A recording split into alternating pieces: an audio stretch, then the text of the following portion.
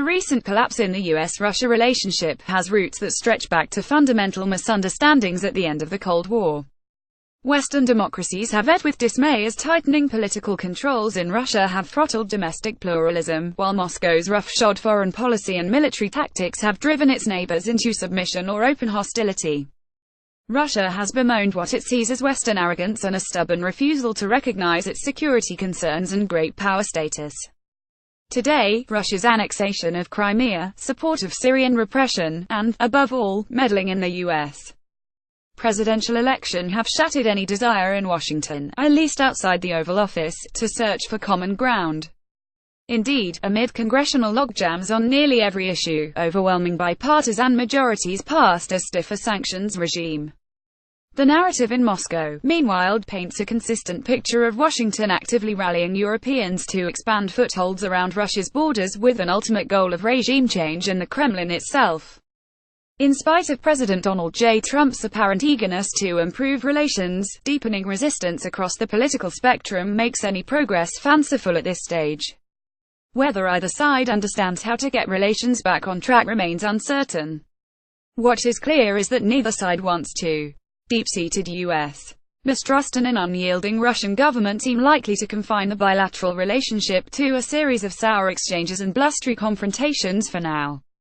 Yet one persistent weakness will ultimately limit Russia's foreign agenda, an economy that is likely to fall increasingly behind those of its major neighbors and partners. For now, Russia has largely learned to tolerate Western economic sanctions, and its companies have found ways to live with restricted access to finance. Without reform and economic integration with the West, however, Russian influence will drift toward the margins of global diplomacy. Russia's economy will atrophy from a combination of hyper-concentrated decision-making, continuing dependence on hydrocarbons, and persistent financial isolation. Core goals of Russia's foreign policy will steadily recede from view, including important elements of the economic agenda with its immediate neighbors, the European Union and China. Though a snapback of oil prices would undoubtedly delay any day of reckoning, even large new inflows of petro profits will not fundamentally close the widening gap with major partners. For policymakers in the United States, the quandary is how to resist Russia's obstreperous behavior abroad while remaining alert to the potential for change. Mounting economic challenges to Russia's foreign policy goals will likely not force a new course anytime soon.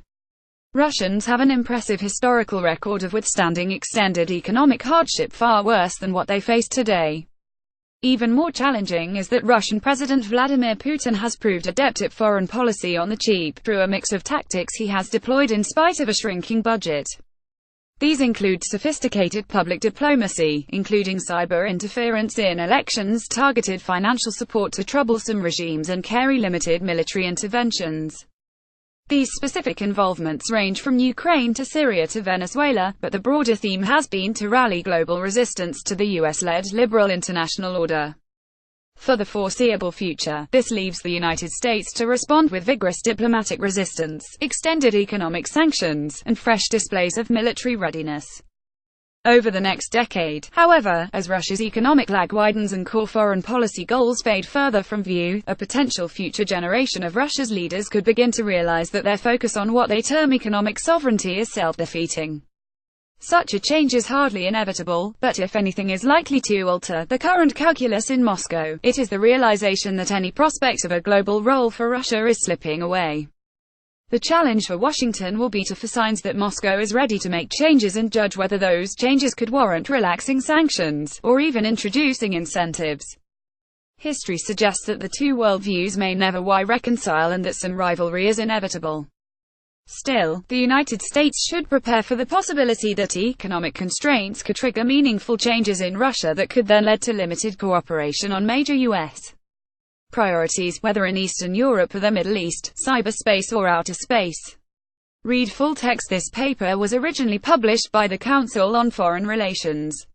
The Geoeconomics and Strategy program seeks to promote and provoke collaboration and debate among experts in national security strategy, foreign policy, and international economic policy, in order to enhance understanding of 1. The use of economic instruments to promote geopolitical goals, 2. The development of national security strategy and foreign policy, 2. Advance national economic interests and the stability of the global economy, and 3. The future of the international political and economic order.